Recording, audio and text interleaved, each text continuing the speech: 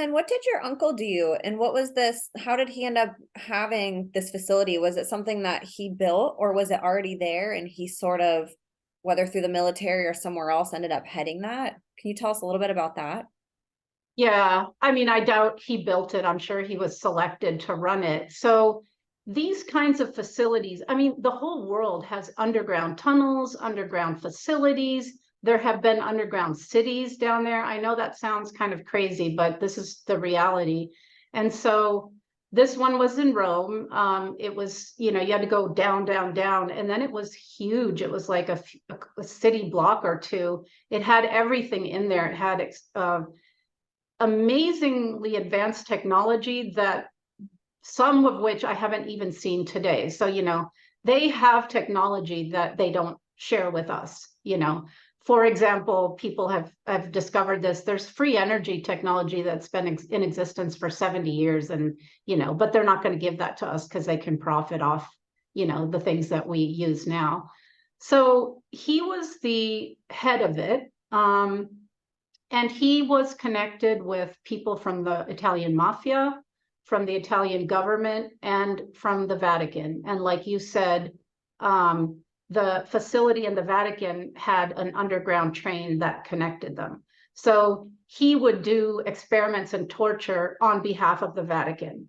So yes, they were all, you know, there's many different factions, but they're all run by the same people at the very tippy top of the pyramid, right? So they all work together in the background. Even governments of countries, and this is something that I was privy to because of my background, the presidents of countries are really low on the totem pole. They have layers of masters above them that tell them what to do. So somebody's running countries and the globe as a stage, like as a chessboard. So they plan wars, they fund both sides, they have agenda. Okay, we're going to do a war here, so this and so that. And additionally, with war, it's a sacrifice to Lucifer because the hell and the carnage and the dead bodies. So they love to do this kind of stuff. And my uncle was no exception. The man was so cruel and brutal, and everyone was scared of him. So I remember he would take me into the facility, and if somebody displeased him, yet he wore a gun, he would take the gun out and just shoot them in the head. And then he'd snap his fingers and ask somebody to come clean it up. So he was ruthless. I believe, Emma, that he was inhabited by a demonic entity. I believe that they do this. These elites do this. They do these rituals and they invite demonic entities to inhabit them, to give them power and then wealth and fame. And so that's why I think it's so hard for people to accept that these kinds of people will rape babies, they will cook and eat babies, they will do horrific tortures to children, because see, we can't imagine that, but that's because we're human and we have a connection through our heart to God. But these people, many of them have willingly chosen to sever that connection and instead to give themselves over to Lucifer, to the dark. I know this sounds like some kind of movie or novel, but I swear to God that this is real because I saw it with my own eyes. I would be taken. And so the Vatican has like sub-levels, and not even the levels where they have like the tombs, but even under that, they had this room with a huge marble altar.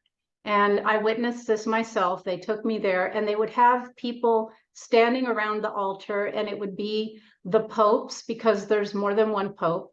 There's the one that shows his face to the world, and then there's others. And then there were like VIPs of whatever, you know, ilk. And they will bring in a baby or a small child and brutalize the child so that the terror and the adrenaline is going in the body. And then they had a special knife and they would cut the child while alive from here, like down, and the blood would start to flow. And they had these chalices at the four corners of the altar where the blood would collect. And if the child was small, they would literally pluck out the heart and eat it. So, and then they would drink the blood. Now, people, if they've done their research, will have heard of adrenochrome. This is done in almost like a factory manner with children, and the blood is labeled by quality and age of the child, and it's sold. So this is actually an industry, a hidden industry, but I witnessed it being drank just live in this ceremony. And what they were doing was making this offering to Lucifer, and I could feel these entities coming into the room and inhabiting the people. They weren't corporeal, but you could sort of see a dark smokiness. And then mainly for me, it was this feeling of cold. It was like a cold that's undescribable in the room all of a sudden. And so I wanted to illustrate that example because they do these rituals still today. They do them, they use astrology. So they use the full moon. Halloween is a big sacrifice time, etc., like the major holidays. And they will do these kinds of rituals to bring more dark energy into themselves and into the planet. I'll describe the facility a little bit too. So I was taken there a lot, and I was put through torture. And when I say torture, it was a lot of electric shocks, electrodes in different places.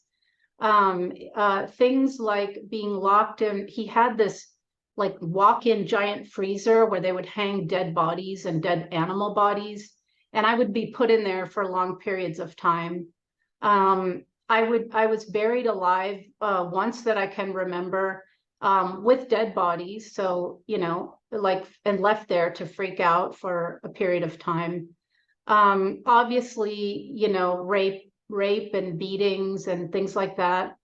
The worst for me was he had a whole section where he had animals in cages, and I was made to walk through this section. It's like a U, like an L or a U shape.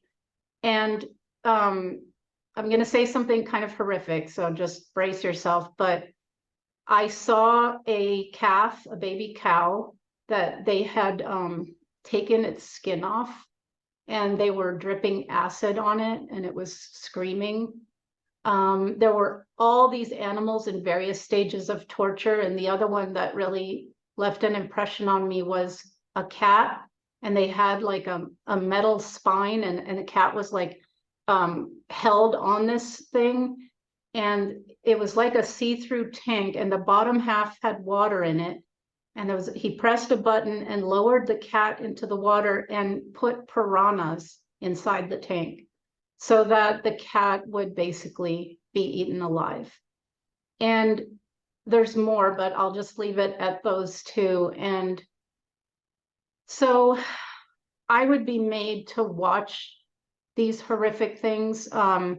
He once brought a pregnant dog in and sliced her belly open right in front of me. Torturing animals, torturing people, murdering people. And then I'll pause, but then I would like to talk about the experiments that were done on me. But I'll kind of take a pause here.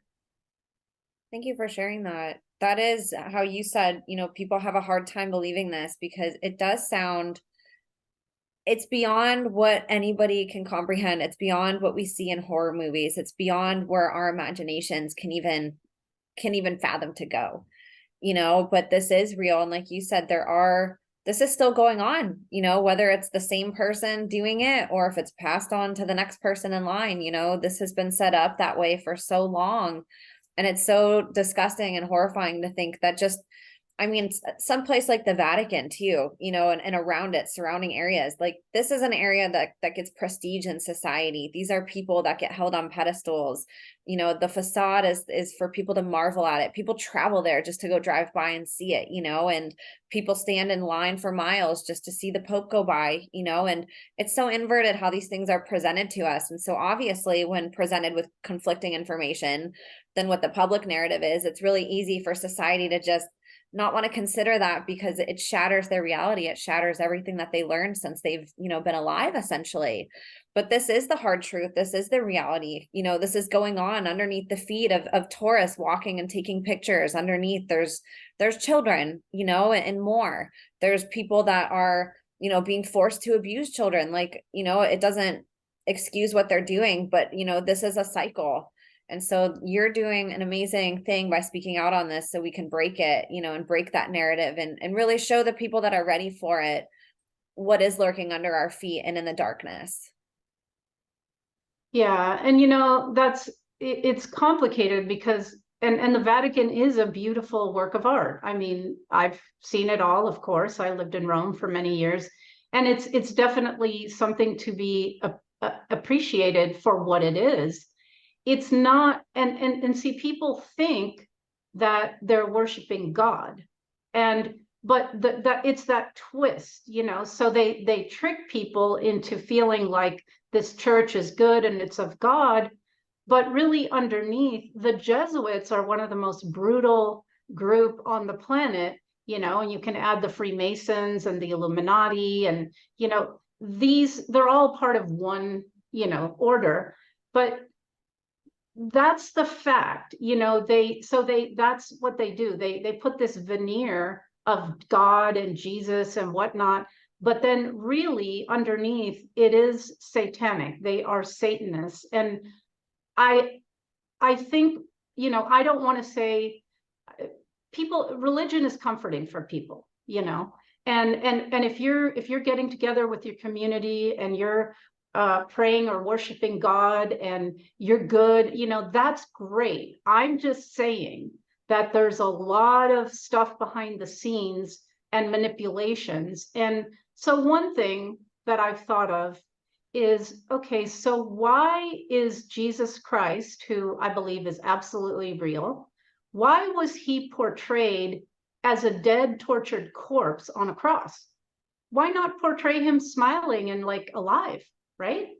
So right there, you've got to, I won't give my opinion. I'll let people ponder that. Okay, what is that? And then there's communion. And again, the idea of communing with God is a good thing. But you're eating the flesh and drinking the blood. That's what the Satanists do. Okay, they're cannibals and they're vampires. They drink blood all the time. They eat babies and flesh all the time. So there's an interesting twist there. And when people go through that rite, they're doing it for the right reasons, okay? But energy, they harvest our energy. And I believe that's one way that they do that, because we unwittingly think we're doing this positive thing, but they're then taking that energy, positive energy of ours, and using it and harvesting it, right? And along those lines, that's also why they target very young children and babies, because those are the closest to God. If you've ever had a child or known a child, they're pure, they're angels, they're vulnerable, they're full of love and trust. They're actually how human beings are made to be before this world, twists and distort us with all the stuff that goes on. And so they want to take that pure life force energy and steal it from children. And then secondly, they hate God. So it's basically an FU to God, right?